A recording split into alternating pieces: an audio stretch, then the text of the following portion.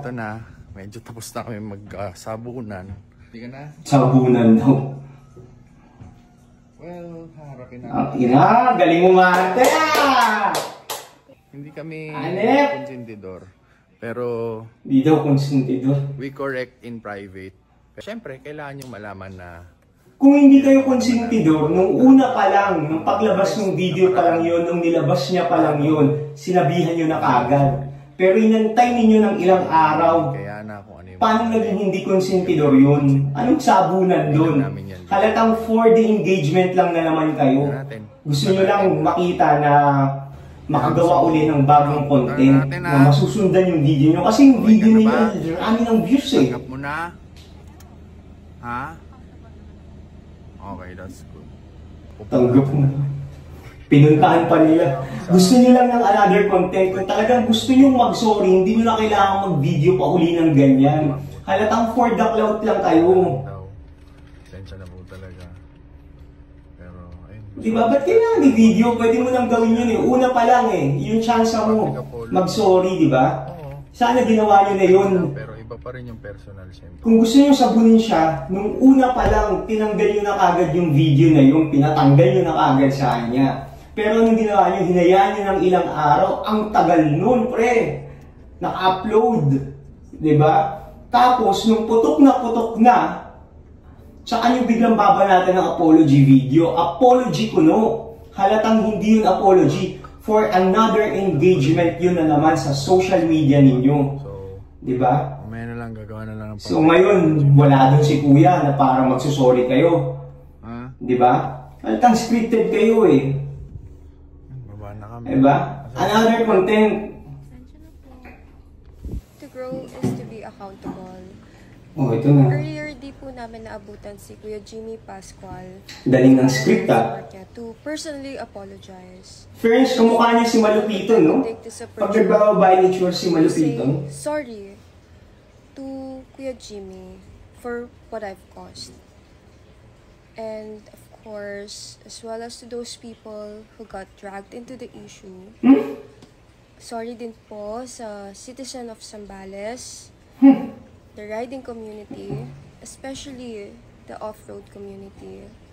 This issue is all on me. I'm still learning.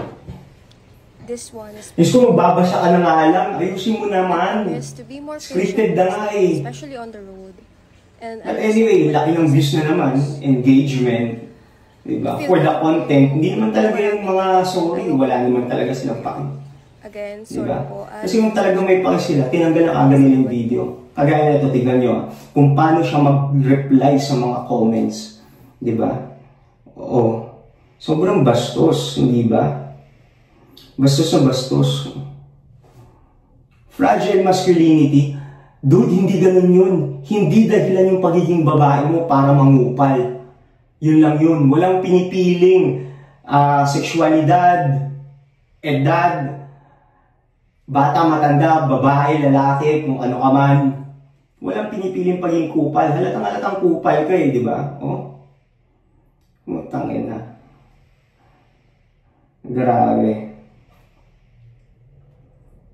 Di ba yung mga sagutan yung nakakapikon yung utak mo? Sorry, beg to differ siya matuto mag-isip, maglawak ng PC. Di ba? Hindi ganyan yung nagsusorry, dude. Hindi ganyan yung nagsusorry. Hindi yung totoong sorry. Kasi obviously, ginawa nila nga yung atake sa another engagement. Para tumaas ulit yung views. Kita mo, tumaas yung followings niya. Eh, itong mga taong to naman, paniwala agad okay, nag-sorry na, ganyan-ganon. Puta, hindi pa ba kayo natuto? Ang daming vloggers ganyan yung ginagawa. Gagawa ng ka-coops, ng pagiging coops, tapos mag-apology, tapos okay na, benta na. Gusto ba natin i-follow yung mga ganyang klaseng mga influencer, mga vlogger? Yung para lang sa content, i-disregard nila yung mga tao na iba na nasasaktan nila. Diba? Yan ba yung mga gusto nyong i-follow, sundan? Yung dinidisregard, yung ini-invalidate yung ibang tao para sa pansarili nilang gain. Diba? Parang mali. Bakit natin i-follow pa yung ganyan? At saka yung kitang-kita nyo naman yung video niya, parang sobrang, scripted na scripted ba? Yung parang nag-chat GPT pa. Another content. So, kung meron siyang motto, dapat dito, another day, another sorry.